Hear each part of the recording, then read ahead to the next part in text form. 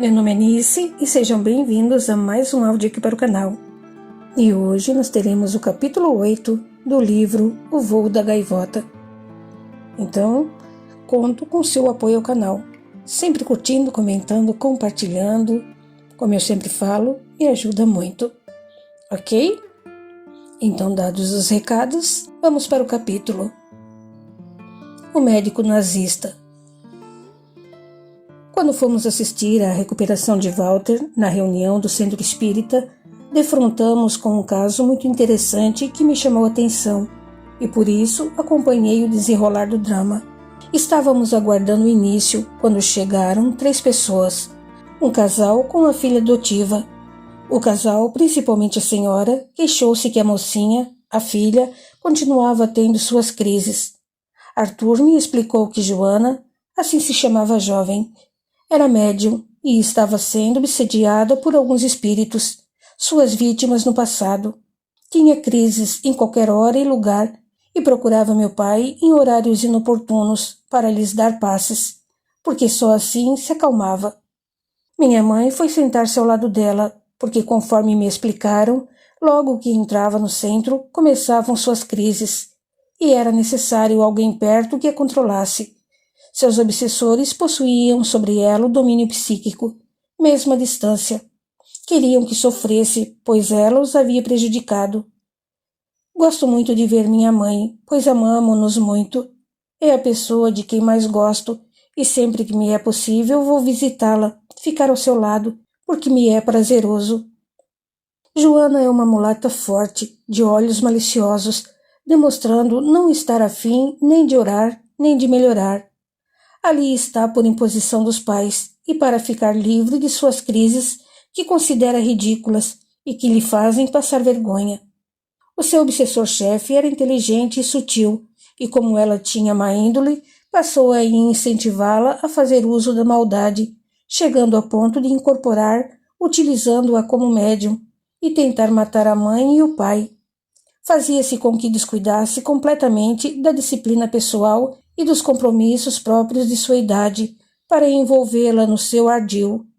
O desencarnado transmitia-lhe acontecimentos do passado das pessoas para que, assim, dominasse as mais fracas que a cercavam.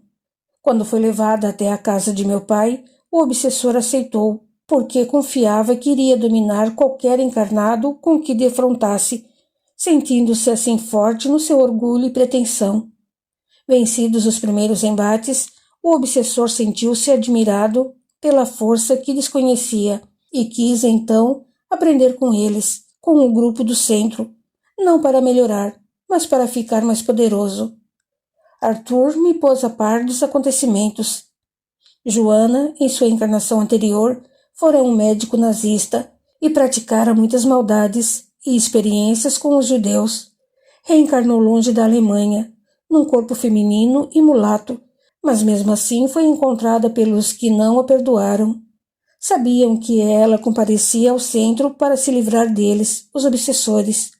Sorrindo e com seu modo agradável, Arthur comentou: Patrícia, seu pai, por ajudar a jovem, está sofrendo com o rancor desses obsessores. Mesmo assim, está ajudando-a, embora sabendo que ela não gosta daqui nem dele, e que assim que se sentir livre dos desafetos, não voltará mais.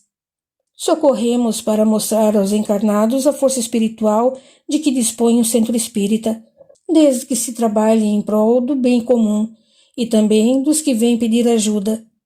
Prestamos atenção na orientação que meu pai deu aos 3 encarnados, pai, mãe e filha. Só ficamos livres do nosso passado, trabalhando no bem, no presente. Para nos livrarmos de obsessores, devemos pedir perdão, perdoar e nos harmonizar com as leis divinas. Precisamos entender que os espíritos têm seus motivos para perseguir as pessoas. Por isso devemos entendê-los e tentar amá-los, porque eles também necessitam de ajuda. Para não sermos atingidos pelos obsessores, devemos mudar nossa vibração, sair da faixa mental deles, isto é, pensar em coisas boas e superiores, e agir de modo digno, trabalhar no bem e amar muito. Vocês aqui estão em busca de auxílio, porém devem ajudar a si mesmos. Certamente, quando você se sentir bem, Joana, não voltará mais aqui. Porém, quero lhe dizer uma coisa. Você é médium e necessita aprender a lidar com sua faculdade e trabalhar muito no bem, para viver tranquila e sem essas crises. Mas se você se afastar do centro espírita e não se modificar, a situação que vive agora voltará sempre.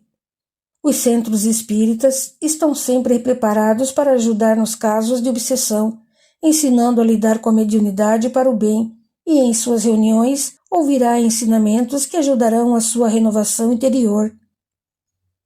Joana não gostou muito do que ouviu, mas ficou quieta. Quando começou o trabalho de desobsessão, 3 dos que a estavam importunando se comunicaram. Os 3, 2 homens e uma mulher, foram judeus, ou ainda eram, pois o fator raça se mostrava ainda forte neles. O primeiro estava sem um braço e sem o olho esquerdo. Cumprimentou mal-humorado, não queria conversar com ninguém. Foi perto do médium contra sua vontade e falou com raiva. Porque interferem no que é justo. Embora tenham outra religião, vocês amam a Deus. Nunca ouvi falar de religião desse jeito. Oram, dizem fazer o bem, conversam com os mortos, mas ajudam os criminosos. Isso não está certo. Por que o ajudam, esse monstro sanguinário? O desencarnado desconhecia o espiritismo, estranhando o intercâmbio mediúnico e o ensinamento de que todos somos filhos de Deus e, por isso, irmãos uns dos outros. Se eu lhe disser que queremos é ajudar você, começou a dizer meu pai, porém foi interrompido por ele. Ah, mas por que não nos avisam logo que querem se unir a nós? Quanto mais, melhor. Você não entendeu. Queremos ajudá-lo a se recuperar, a tornar-se sadio, a viver de modo digno, num lugar propício. Quem lhe falou que quero ser sadio? Indagou nervoso. Já me propuseram isso uma vez e não aceitei. Quero ficar como ele me deixou, para ter sempre motivo para odiá-lo. Você sofre e faz sofrer, disse meu pai. Nem começamos. É melhor dizer, sofrer e faremos sofrer cada vez mais, respondeu ele. Não vale a pena. Você já pesquisou por que sofreu assim? Se sabe que continuamos a viver após a morte do corpo, que reencarnamos, e por isso é que você o está perseguindo reencarnado em outro corpo? Então sabe que viveu encarnado outras vezes. Vamos, irmão, recordar seu passado? A equipe desencarnada, já pronta, colocou à sua frente a tela, que é como na espiritualidade chamam este aparelho.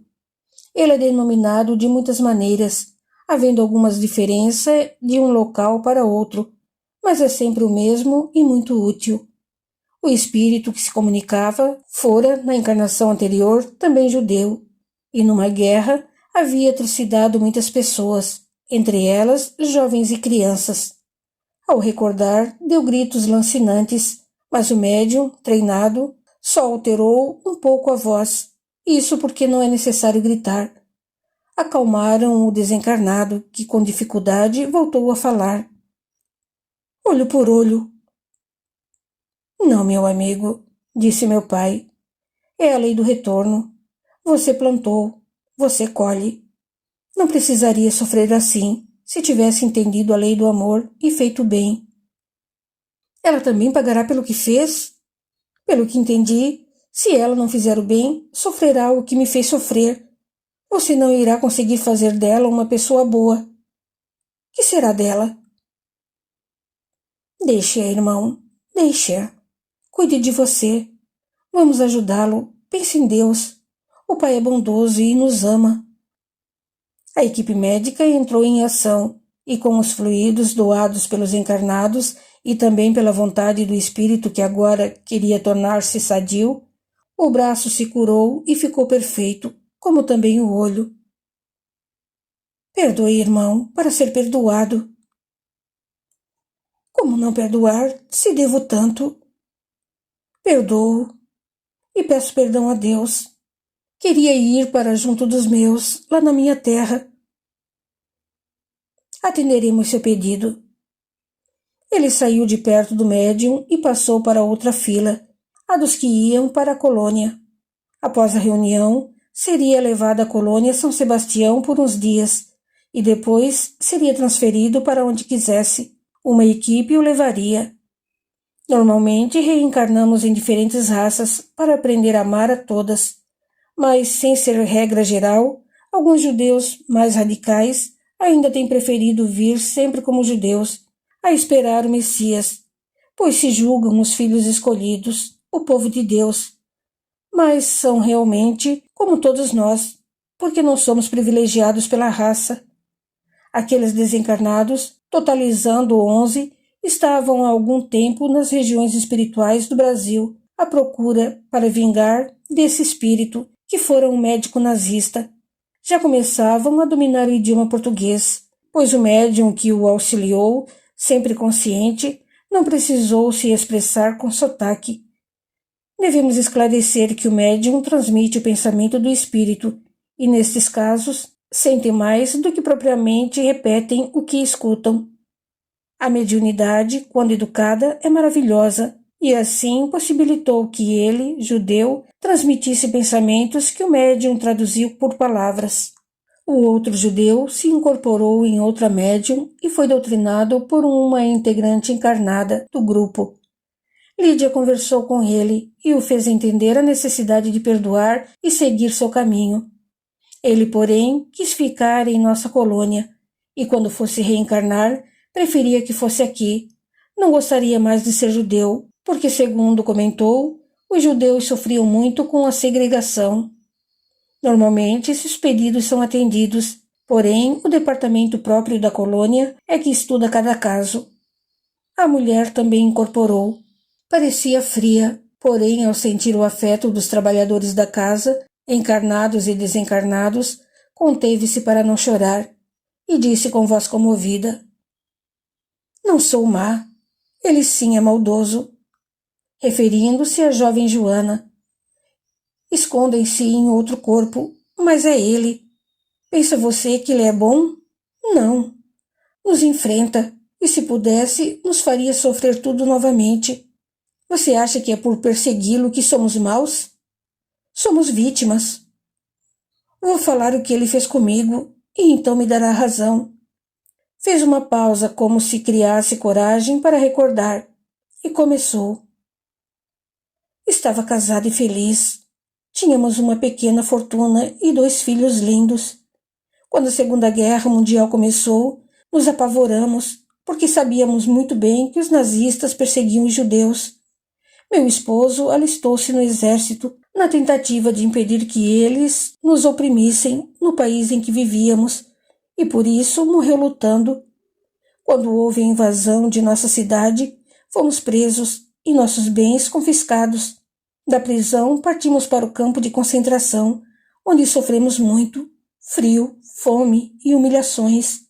Naquele campo havia um laboratório onde este médico medonho e outros faziam experiências com os presos, ou simplesmente os torturavam pelo prazer de vê-los sofrer. Ao ver meus filhos chorarem de fome e frio e com muito desconforto, resolvi pedir clemência. Solicitei para falar com o comandante e, para minha surpresa, ele me atendeu e me levou à sua sala. Quem me atendeu foi esse aí, o médico nazista, que me olhou de cima a baixo e me indagou: "Então, judia, que reivindica?"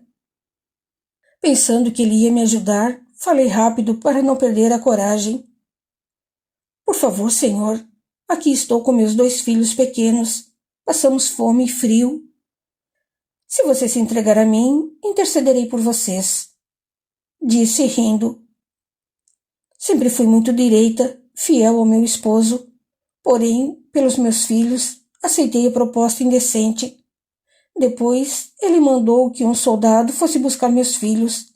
Achei que, pela felicidade dos meus, teria valido o sacrifício. E, esperançosa, quando pensei que fosse me dar ajuda, meus 2 filhos chegaram assustados e correram ao meu encontro. O mais velho estava com quase 7 anos, e o outro com 4. Gelei quando ouvi a ordem. Leve-os ao laboratório. Era no mesmo prédio, na sala ao lado, e cada soldado pegou um de nós e para lá fomos arrastados. Amarraram-me fortemente numa cadeira e ele, cínico, me olhou sorrindo. Idiota! Judia imbecil! Pensou que eu ia me encantar por você? Verá para que serviu sua astúcia em me pedir auxílio. Pedi a ele por piedade, pelo amor de Deus, para fazer o que quisesse comigo, sem maltratar meus filhos. Porém, ele ria. O que me fez ver foi horrível. Torturou meus filhos, cortou-os em pedaços até que morressem. Eles gritavam apavorados, olhando para mim, e eu gritava também. Quando os 2 não tinham mais vida, veio me torturar. Começou extraindo minhas unhas. Fiquei alucinada, e aí perdi o controle, pois a dor era demais. Mas ele não me torturou muito. Desencarnei, pois meu coração não aguentou. Fui socorrida e fiquei muito tempo como louca. E quando voltei ao normal, alguns espíritos me disseram da possibilidade de vingança. Aceitei e agi com todas as minhas forças para me desforrar. Faço uma pausa nessa narrativa para algumas explicações.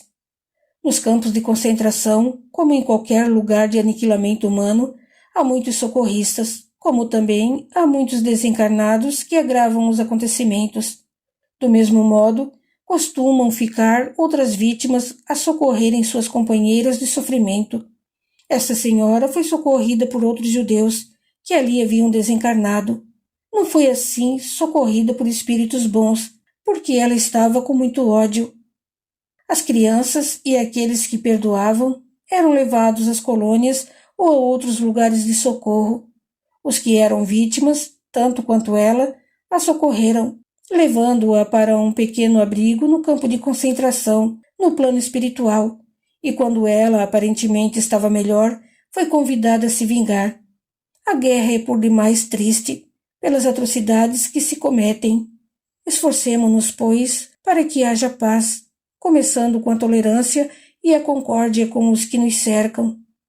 A paz começará em pequeno círculo, mas se a cultivarmos, irá se ampliando e atingirá muitos outros, e dessa forma, um dia teremos a paz por toda a terra, e fatos como esses são tristes, ficarão apenas na história e não mais se repetirão. A senhora, emocionada, continuou a falar. Ficávamos perto dele sem, contudo, conseguir nossos propósitos, e ele ficava mais nervoso e revidava nos prisioneiros. Mas a desencarnação chegou para ele, quando foi atingido por uma granada. Sofreu bastante. Aí sim, começamos nossa vingança. Nós o perseguíamos por onde ia, e ele vagava urrando pelo umbral, até que se pôs a gritar por socorro e sumiu da nossa frente. Vinha saber que espíritos bons o tinham levado para ajudá-lo. Nós não fomos socorridos, não queríamos, porque nosso objetivo era fazê-lo sofrer. Durante esse tempo, muitos desencarnados bons conversaram conosco, aconselhando-nos a desistir, mas escutávamos somente nossos companheiros. Entretanto, vários do grupo desistiram e os acompanharam. Por outro lado, ninguém se esconde de seus erros, e nem dos que não o perdoaram. E assim, enquanto procurávamos o perverso, aprendemos como nos vingar. Anos se passaram, mas conseguimos descobri-lo. Agora querem que eu desista? Por acaso aqui há mães e pais? Será que podem imaginar o que é ver o que eu vi? Sofrer o que sofri? Dá para imaginar ver seus filhos amarrados, gritando de dores e desespero? Odeio-o, odeio-o. Fez-se um silêncio total. Todos os desencarnados prestaram atenção. Muitos, ao ouvi-la, conseguiram ver suas lembranças. Alguns choraram. Os encarnados também se comoveram. Ela sentiu os fluidos de amor e compaixão de todos, e em dado momento, uma das trabalhadoras da casa, em espírito, aproximou-se dela, abraçou-a e falou emocionada. Minha filha, pare de sofrer. Por favor, recomece sua vida. Também sou mãe e entendo o seu sofrimento. Compreendo o seu desejo de vingança, porém, digo-lhe que dessa forma você vai perpetuar seu sofrimento. Venha para junto de seus amados e não sofra mais. Chega, perdoe e venha conosco. Amarei você como uma filha. Venha. Minha irmã, falou meu pai. Ele reencarnou e você parou no tempo só para se vingar. Por que não recomeça e tenta ser feliz? Devemos esquecer os momentos que nos foram cruéis e só lembrá-los para tirarmos alguma lição. É bem melhor pensar somente nos bons momentos. Você é infeliz e, recordando sempre esses fatos, prolonga mais seu sofrimento. Você acredita em Deus e, se Ele nos perdoa, por que não perdoa nosso próximo? Sabe que nada que acontece fica escondido ou impune. Deixe seu algoz, agora Joana, em seu novo corpo e cuide de você. Perdoe para ser perdoada. Quero esquecer. Aninhou-se nos braços da trabalhadora da casa que a abraçou e, após, foi levada adormecida para a colônia.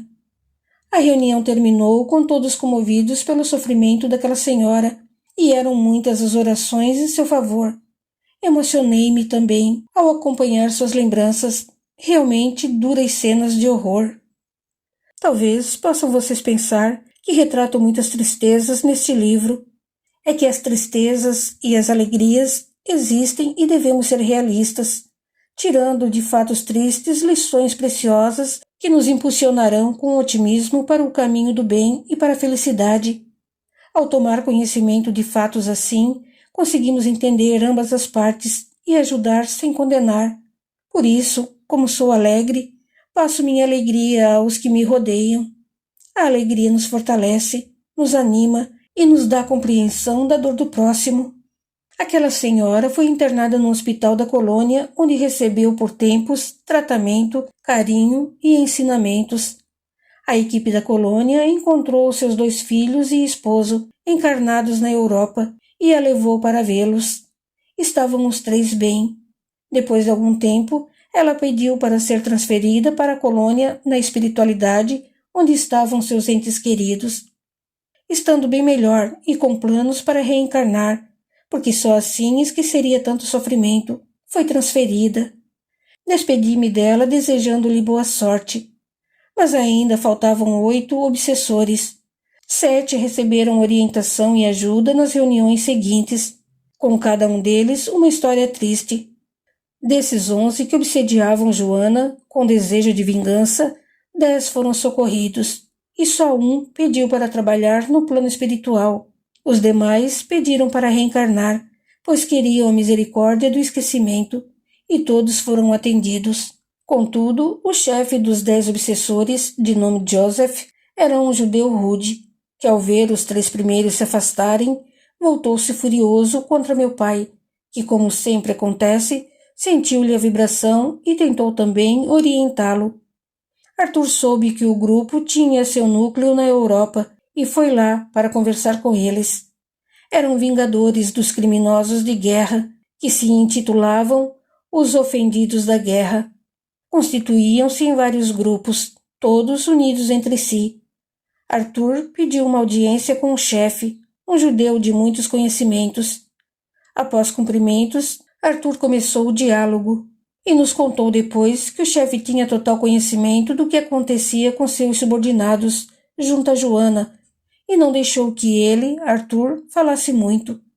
Citava com exatidão pedaços do Antigo Testamento, sabia a Bíblia quase de cor, falava de muitas passagens para justificar a vingança.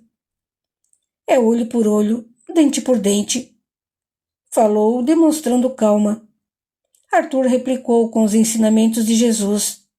Ele disse não acreditar num profeta que se deixou matar, mas após alguns minutos de conversa, confessou que reconhecia a força e a presteza dos trabalhadores de Jesus. Arthur lhe pediu então que parasse com as vinganças. Ele riu, se aquietou por momentos e falou decidido. Não é nosso interesse o confronto com ninguém. Temos tempo. Vou suspender a vingança dele por enquanto. Chamarei Joseph, o único que ficou, e que é o mais decidido em seus objetivos. Só faço um aviso. Teremos outra oportunidade. O mais difícil já conseguimos, pois sabemos onde ele está, que se esconde num corpo de mulher quase negra. É castigo para ele, orgulhoso de sua raça, ter sido loiro e rico, agora quase pobre, mulher, mulata e filha adotiva. Acharemos outros que o odeiam. Ele certamente não ficará para sempre na guarda de vocês, porque não mudou sua conduta. De fato, Joseph foi embora e Joana ficou livre dos seus obsessores, não porém de seus erros. Meu pai chamou-a, e a seus pais também, para uma conversa. Vocês vieram à procura de ajuda espiritual e a receberam. Analisem o ocorrido e tirem boas lições de tudo o que lhes aconteceu. Esses fatos são, em parte, consequência do passado e o resultado da maneira de viver sem esforço para a melhoria íntima. Você, Joana, está com sua sensibilidade completamente aflorada. Isso quer dizer que você tem a porta aberta para receber influência do mundo astral, sem, entretanto, agora poder discipliná-la.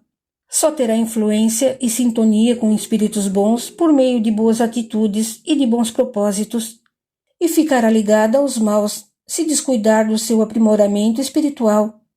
Se você se afastar do bem, da oração sincera e não se esforçar para mudar para melhor, não nos responsabilizaremos pelos acontecimentos futuros. Afastando-se também da ajuda, tudo o que passou mais facilmente se repetirá. Joana não estava preocupado com o aprimoramento espiritual. Queria era força e poder, dominar, mas indagou a meu pai. Senhor José Carlos, posso aprender com o senhor? Claro que pode. Deve. Vou ter essa força que o senhor tem? Poderá ter esta e muito mais. Mas para isso, deve primeiramente educar-se na boa conduta e fazer por merecer a companhia dos trabalhadores desencarnados que convivem conosco. Mude para melhor e queira com vontade fazer o bem, porque agindo assim aprenderá, e muito. Joana não respondeu. Sentindo-se melhor, afastou-se do centro. Sua mãe ainda voltou outras vezes, mas também fez o mesmo. Arthur me disse: Patrícia, nesse socorro ajudamos mais os desencarnados que essa jovem. Ela agora não quer mais saber de seu pai e quando o vê de longe, se afasta para nem cumprimentá-lo. A figura dele a faz recordar os ensinamentos que escutou e que ela quer esquecer. Como ficará ela? Indaguei. Vamos aguardar. Os erros, Patrícia, não conseguimos jogá-los fora, porque nos pertencem, e um dia a reação virá. Quando o grupo de vingadores perceber que ela não está mais sob a proteção dos bons, voltará, talvez, como tenho visto em casos assim, com mais sutileza e cautela. Ela, não vindo aqui e nem recebendo outro auxílio, não estará vinculada a uma proteção, e como não faz por merecer nenhuma ajuda, será fácil eles voltarem e se vingarem. Ele, ao desencarnar como médico nazista, foi socorrido no umbral, livrando-se daqueles que queriam dele se vingar, sendo levado na ocasião para um posto de socorro, e logo em seguida reencarnou. Socorro não quer dizer que o indivíduo tenha mudado, porque, mesmo que receba orientação, para mudar será necessária uma transformação interior muito grande. Fiquei a pensar como a crueldade faz mal ao que a pratica, quanta imprudência em cometer erros, e a reação desses atos pedirá reajuste no caminho. Mas como Deus é misericordioso, sempre dá novas oportunidades.